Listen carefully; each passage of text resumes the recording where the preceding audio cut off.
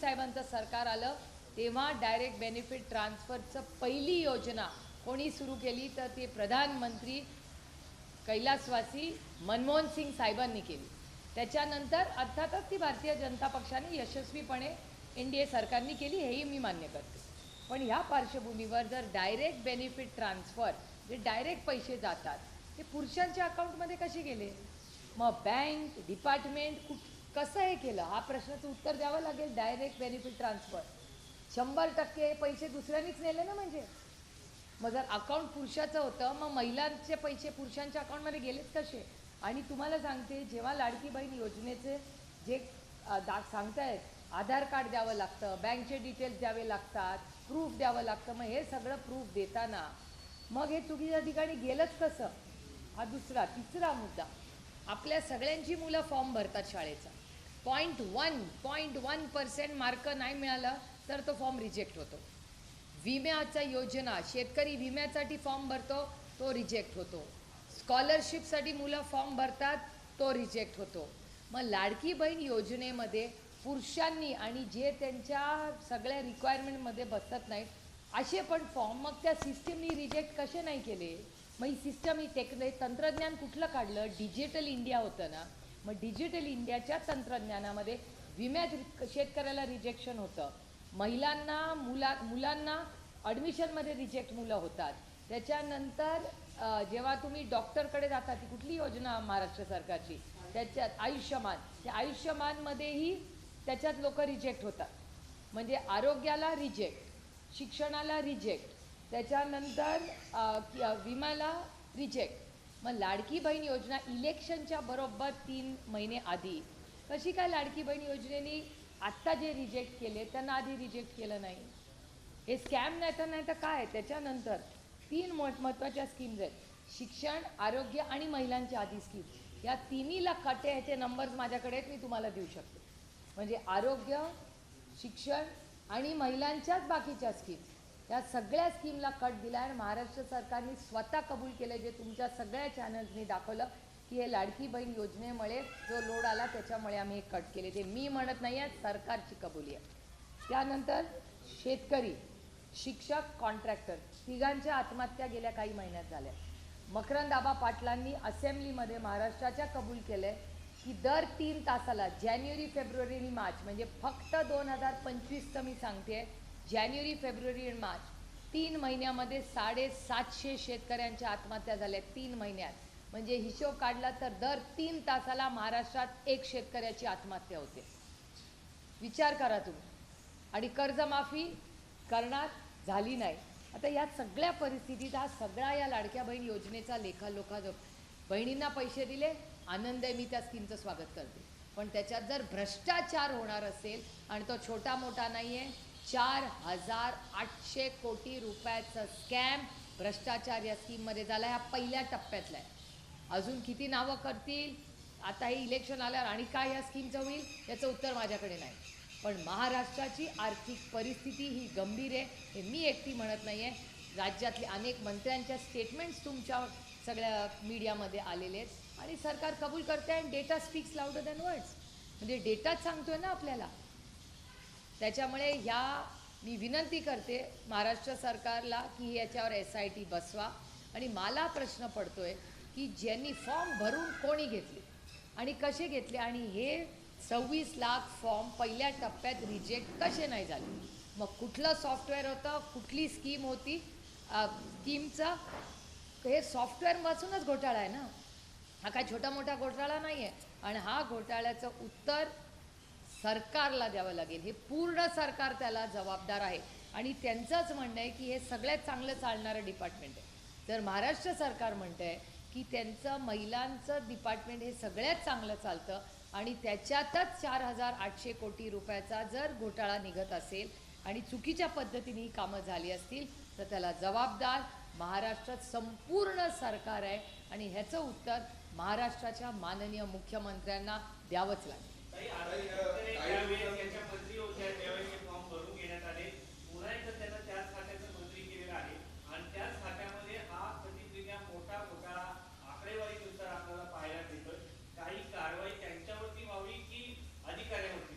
एकतर माझं म्हणणं आहे अदिती तटकरे या एक युवा नेत्या आहेत, त्यातून एक महिला आहे.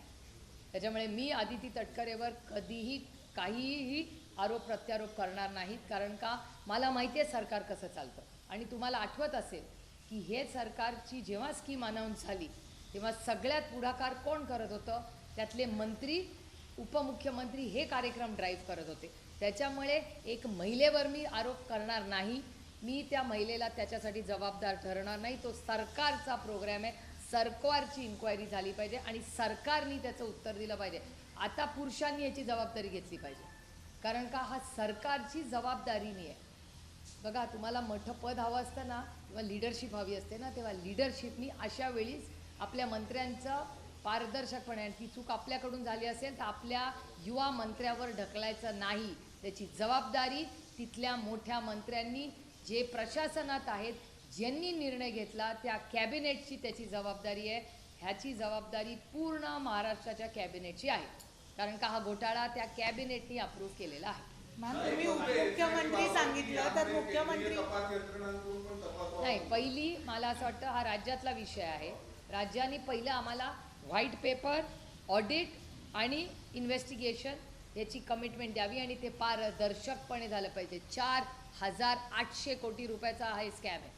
त्यामुळे हे पहिलं आम्हाला उत्तर दिलं. आणि समजा महाराष्ट्र सरकारने सहकार्य नाही केलं तर मी केंद्र सरकारकडे पार्लमेंटमध्ये हा इश्यू रेज करतो.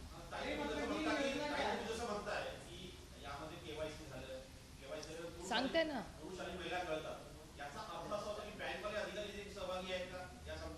नाही ते नाही मला सांगता येणार काय पद्धतीने याचं डिस्पर्समेंट झालं, काय झालं हे माझ्याकडे उत्तर नाही. मी कधीही कुणावरही आजपर्यंत कधीही खोटे आरोप केले नाहीत आणि मी करणारही नाही. हे माझं राजकारण असतं. त्याच्यामुळे मी बँक इन्व्हॉल्ड आहे का काय मला माहिती नाही. हे बघा, जो डेटा महाराष्ट्र सरकार देत आहे त्याच्यातूनच दिसतंय की 4,800 कोटी रुपयाचा स्कॅम आहे हा. मग हे पैसे कुठल्या पुरुषांना गेले, कुणाला गेले आपल्यालाच कळणार. पण हे काय, हे राऊंड ट्रिपिंग होतं. 4,800 कोटी रुपयाचं राऊंड ट्रिपिंग केलं आहे का असंही असू शकेल, आम्हाला नाही माहिती. याची उत्तर आपल्याला सरकारने दिली पाहिजे, म्हणून याची इन्क्वायरी झालीच पाहिजे. आणि मी याच्यात सातत्याने महाराष्ट्र सरकारच्या कष्ट करणाऱ्यांचे पैसे या सरकारने अशा कुणाला दिलेत याची माहिती आपल्याला आलीच पाहिजे. याचं ऑडिट झालं पाहिजे आणि ज्याची कोणीची चूक असेल किंवा ज्याची फायनल सही असेल या अप्रुव्हलसाठी त्याला शिक्षा झालीच पाहिजे. हा मताची मी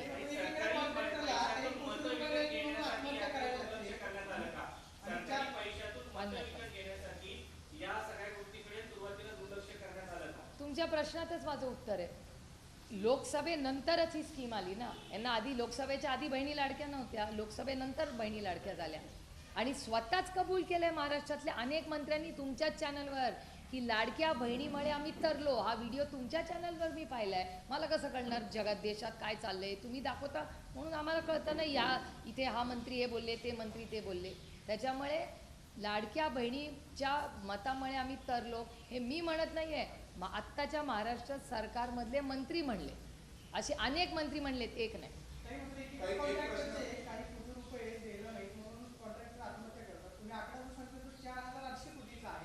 हा पहिल्या टप्प्यातला आहे, अजून किती येईल माहिती नाही. आता हे जर या इलेक्शन आणखीन झाली जिल्हा परिषद त्याच्यानंतर अजूनही वाढेल, स्कीम बंदही करतील. हू नोस, या सरकारचं काय सांगता येतंय. मला सांगा, शेतकऱ्यांच्या काय परिस्थिती. म्हणले होते की नाही 7-12 कोरा करीन, सर सकट कर्जमाफी करीन म्हणले होते की नाही इलेक्शनमध्ये, झालं का? नाही झालं. आणि अगो बघा ना, आरोग्य आणि शिक्षण किती महत्त्वाच्या गोष्टी आहेत, त्याला दोन्हीला कट दिलं आहे या सरकारने. रस्त्या मंत्री म्हणताय तुमच्या पण चॅनलवर, सत्तेतले मंत्री म्हणले आम्हाला पैसे मिळत नाहीत. मी म्हणत नाही आहे आणि मी खोटे नाटे आरोपी कधी केले नाहीत आणि कधी करणारही नाही. इलेक्शन पूर्वी स्क्रुटिनी शिवाय फॉर्म ऍक्सेप्ट केले गेले, त्यामुळे हे सगळं झालं. असं कुठली गव्हर्नमेंट इतिहासामध्ये की ज्या स्क्रुटिनी शिवाय लाभार्थी ठरले?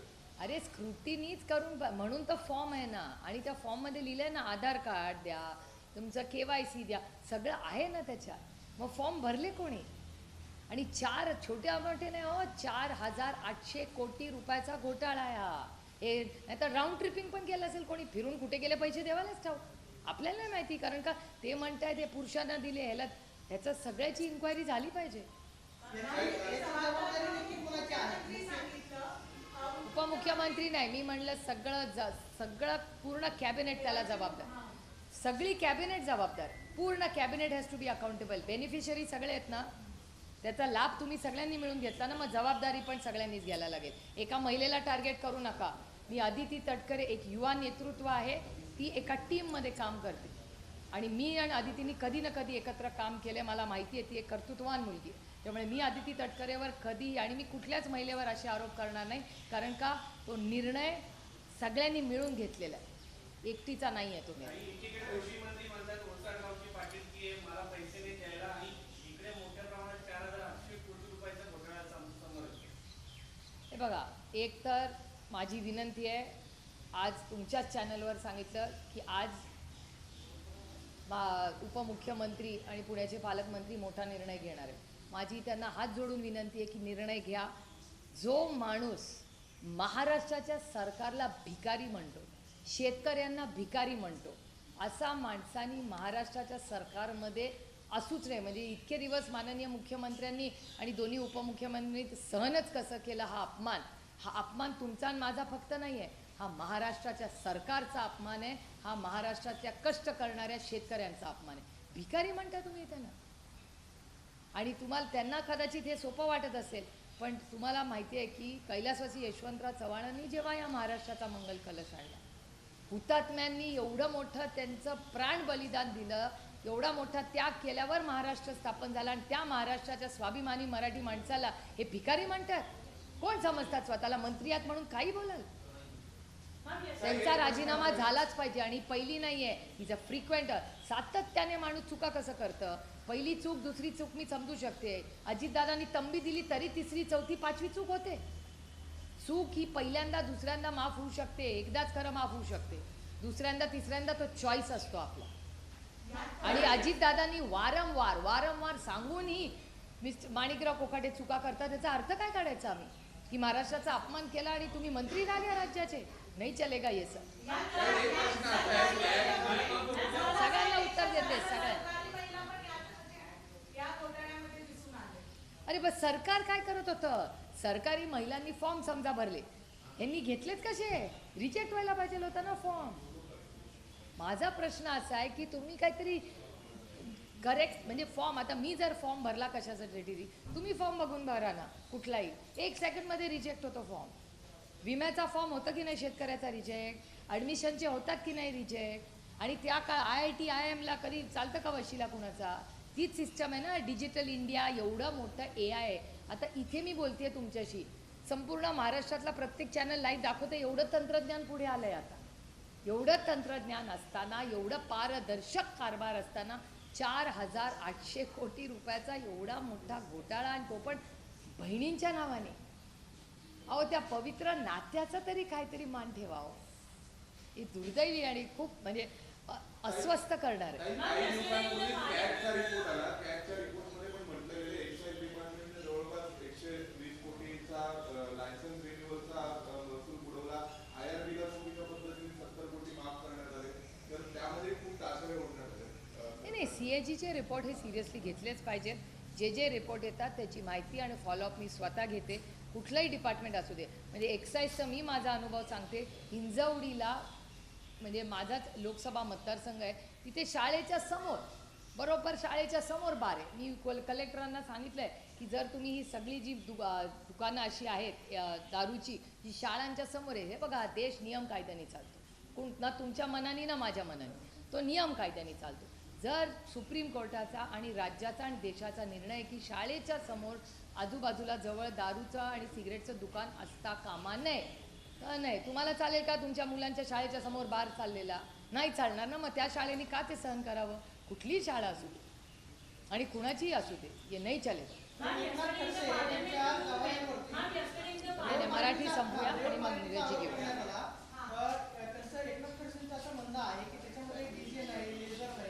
घरगुती पार्टीला तुम्ही रेव पार्टी कशी काय म्हणू शकता? ते असे म्हणाले की पाळत ठेवली जाते. खरंच पुणे पोलिसांच्या कारवाईवरती तुमचा संशय आहे का? मला एक तुम्ही त्या जवळ अनुभवलेला आहे. आरोपीत आपल्याला जवळपास 1 महिना लागला, मात्र घरी जाऊन रेड टाकण्यात आली आणि त्याला रेव पार्टी म्हणण्यात आली. हे खूप दुर्दैवी. एक तर लोकांच्या कुटुंबात जाणं, हे मला तरी पटत नाही. म्हणजे हे कुठल्याही, म्हणजे एका कसं आपली एक लक्ष्मण रेखा असते. प्रत्येकाची, आणि आपल्यावर झालेले संस्कार, राजनीती एक तरफ आणि आपले वैयक्तिक संबंध एक तरफ. आपली माझी सगळ्यांची वैचारिक लढाई आहे, वैयक्तिक लढाई नाही. मी कुणाबद्दलही वैयक्तिक बोलत नाही आणि मी कधी वैयक्तिक कुणाबद्दल बोलणारही नाही. हे माझे संस्कारच नाही. पण त्याचबरोबर एखाद्या घरामध्ये कोणी काय करतं त्याच्यावर तुम्ही जाऊन रेप पार्टी म्हणून करत असाल तर हे मला असं वाटतं चुकीचं आहे. कुणाचं का असेल तो अधिकार, सगळे 18 वर्षाच्या वरचे 21 वर्षाच्या वरचे होते ना तिथे, सगळे म्हणजे स्वतःच गेले होते ना, कोणी कोणाला पकडून तर नेलेलं नाही. आणि त्या सॅम्पल्समध्ये मला नाही वाटत माझ्या म्हणजे वर्तमानपत्रात आलेलं जे आहे त्याच्यात कुठे काय ड्रग्ज हे ते काहीच नाही दिलेलं, काहीच नाही आहे त्याच्यात, कन्झम्पशन नाही आहे, काहीच नाही आहे. मग आरोप कसले? आणि दुर्दैव आहे की महाराष्ट्राचं राजकारण इतकं गलिच्छ झालं आहे की एखाद्याच्या नवऱ्याचं पर्यंत हे पोचतं. म्हणजे आता माझा नवरा असेल, रोहिणीत अनेक असतील, भारतीय जनता पक्षाच्या अनेक कर्तृत्ववान महिला असतील, शिवसेनेतल्या कर्तृत्ववान महिला असतील, काँग्रेसमधल्या कर्तृत्ववान, आमचे नवरे बरेच जणे असे आहेत ज्यांचे आमचे नवरे त्यांचा राजकारणाचा तीळ मात्रच काही संबंध नाही, दूर तक संबंध नाही. अशा किती महिला आहेत या देशात, काश्मीर टू कन्याकुमारी, आणि सगळ्याच पक्षांमध्ये. आता तुम्ही आमच्याबद्दल काही बोलू शकत नाही म्हणून आमच्या नवऱ्यांना अटॅक करणार, ज्यांचा एक तर राजकारणाशी काही संबंध नाही आणि त्यांचा आमच्या कामाशीही काही संबंध नाही. आमच्या कुटुंबांना काही स्वतःचं आयुष्य जगायचा अधिकार नाही, त्यांच्यावर तुम्ही खोटे नाटे आरोप करणार. इतकं गलिच्छ राजकारण झालं आता की तुम्ही आम्हाला अटॅक करणार नाही तर आमच्या कुटुंबाला अटॅक करणार. हे खूप दुर्दैवी आणि त्याचा मी जाहीर निषेध करते. राज्यात शेतकऱ्यांची दुरवस्था आहे आणि तसेच अजित पवार यांनी आज संध्याकाळी त्यांच्या वाढदिवसाच्या निमित्ताने स्नेहभोजन ठेवलं आहे. तिथे सगळे उपमुख्यमंत्री, सगळे मुख्यमंत्री वगैरे सगळे जाणार आहेत. तुम्ही हे कसं बघता? इतके घोटाळे निघतात, इतकी दुरवस्था आणि एका ठिकाणी इतकं चांगलं स्नेहभोजन ताजमॅन सेंटर. त्यांचा पक्षाचा अंतर्गत प्रश्न. एक प्रश्न असा आहे की काल तुमचं भाषण ऑपरेशन सिंधूर विषयी अतिशय बॅलन्स होतं, पण काँग्रेसकडून काही जणांकडून आता प्रणिती शिंदेकडून वगैरे असं म्हटलं गेलं की हे झालंच नाही, सिंधूर हे तर मीडियाला आपल्याला धरून काही ना काहीतरी हे बघा, एका सशक्त लोकशाहीमध्ये प्रत्येकाला आपलं मत मांडण्याचा अधिकार असतो. डिबेटमध्ये देशासाठी आम्ही 50 खासदार एक झालो, ज्याच्यात काँग्रेसचेही खासदार होते. आम्ही म्हणजे ज्या डेलिगेशनमध्ये मला काम करायची संधी मिळाली त्याच्यात काँग्रेसचे 2 वरिष्ठ नेते होते, मनीष तिवारीजी आणि आनंद शर्माजी. त्यामुळे आम्ही सगळे एकत्र म्हणून देशासाठी आम्ही एकत्र आलो होतो. आणि जी परिस्थिती झाली, आणि मी तुम्हाला खरं सांगू, ऑपरेशन सिंदूर ह्याच्यापेक्षा हे ऑपरेशन सिंदूर झालं कशासाठी, त्याच्या मागचा इतिहास महत्त्वाचा आहे. ते पहलगामचा अटॅक. आणि माझी विनंती आहे तुम्हाला, तुम्ही कधी पुण्याला गेला ना तर जरूर आसावरी आणि कुणालला भेटा. आसावरी जगदाळेचे वडील ज्या पद्धतीने गेले, त्याची आई आजही, मी तुम्हाला त्यांचा एक पॉडकास्ट देते, जरूर तो प्रत्येक भारतीयांनी, प्रत्येक माणसानी ज्याच्यात माणुसकी जिवंत आहे त्यांनी तो पाहिला पाहिजे. काय त्या कुटुंबाची चूक, आणि तिला काय उत्तर देऊ मी काल माझ्या भाषणात तेच सांगत होते की हे सगळं झालं, आर्मीनी चांगलं काम केलं, आपण अटॅक केलं, सगळं झालं, पण आसावरीचे बाबा आणि कुणालचे बाबा यांना नाही ना आपण परत आणू शकत. त्यांना काय उत्तर देऊ मी, ते मला नेहमी विचारतात, ताई त्या आतंकवाद्यांचं काय झालं. हा प्रश्न आहे ना. अजूनही ते कोण लोक होते, 4 कुठून आले, कुठून आले, कुठून गेले, काय झाले, अजूनही आपल्याला माहिती नाही. त्यामुळे हे खूप चिंताजनक आहे. आणि हा सगळा जो डिबेट होता हा फक्त कुणाचा यशाचा नव्हता हो, काही घरं उद्ध्वस्त झाली त्याची चर्चा आहे. त्याच्यामुळे ते सगळं डिबेट गांभीर्यानेच घेतलं पाहिजे. अर्थातच कुठे गेले पैशाचा ऑडिट झालं पाहिजे आणि मिळाले पाहिजेत ना. असं कसं होणार? 4,800 कोटी रुपये, काय छोटी अमाऊंट नाही आहे ती. हे पैसे गेले कुठे? आणि मला भीती अशी आहे की हे आत्ता 26 लाख कमी केलेत, त्याच्यानंतर ते अजून पुढच्या स्कीममध्ये आणि केले तर आपल्याला अडचण होईल. म्हणजे मला भीती आहे की इलेक्शन झाल्यावर आणखीन लोक कमी करतील का काय.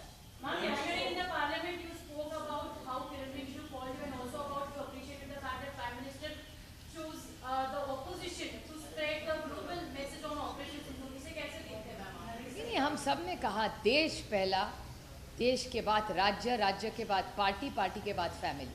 तो हम सब यहाँ जो पहलगाम अटैक के बाद साथ रहे वो देश के लिए रहे. ये सब जो हमने किया वो भारत माता के लिए किया, देश के लिए किया. मैम, इसके अलावा सांसद आपने कहा कि आपके डेलीगेशन में मनीष तिवारी जी भी मौजूद थे और आनंद शर्मा जी भी मौजूद थे.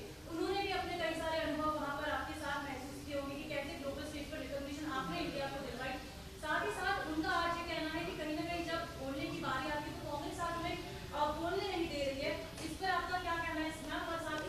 अंतर्गत, वो कांग्रेस का अंतर्गत मामला है ना। कांग्रेस किसको पार्लियामेंट में डिबेट करवाएगी वो कांग्रेस डिसाइड करेगी।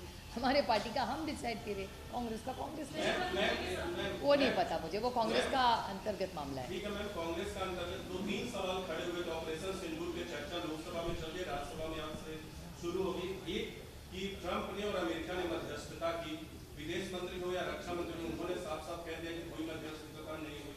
इसके अलावा ये सवाल भी खड़े किए जा रहे, जैसे शिवसेना यूबीटी के संजय राउत जी ने भी कहा कि राजनाथ सिंह ने कहा कि हमारा इरादा जमीन लेने का नहीं था, वो कह रहे हैं कि पीओके लेना नहीं चाहते, ये आरोप लग रहे हैं। इन मसलों पे कैसे देख रही हैं आप? नहीं, मेरे ख्याल से आज भी और 2 आने चाहिए। अमित शाह जी भी बोलेंगे, प्रधानमंत्री जी बोलेंगे, राहुल जी बोलेंगे, प्रियंका जी बोलेंगी, अखिलेश भैया बोलेंगे, तो बहुत डिबेट आगे भी बढ़ेगी। तो देखते हैं माननीय प्रधानमंत्री का एक बार पूरा जब आ जाएगा स्टेटमेंट, उसके बाद ही बोल सकेंगे कि एग्जैक्टली क्या सरकार की लाइन है। Ma'am, but you were saying that it was his greatness, Prime Minister's greatness, that he showed faith in opposition leaders to lead the delegation that went to India's partners after Operation Sindoor. Ma'am, what was the reason you mentioned it in the parliament? I have no idea. You have to ask the Honorable Prime Minister that. But clearly, for all of us, it was to serve the nation. That's exactly what Kiran Rijiju said, that you have to give 10 days for the nation. And we all gave, wholeheartedly we gave it. Because it was not about our ideologies, it was about my country. Ma'am, क्या आप believe करती है कि सरकार जो कह रही है कि ट्रंप या अमेरिका की मध्यस्थता नहीं थी, वो सही कह रहे हैं? उनकी बातों से आप लोग अब नहीं, मेरे ख्याल से डिबेट अभी चल रहा है, डिबेट पूरा तो होने दीजिए, उसके बाद विस्तार से बात करेंगे। Thank you. पार्लियामेंट जाना है। नो नो, हाथ डालो।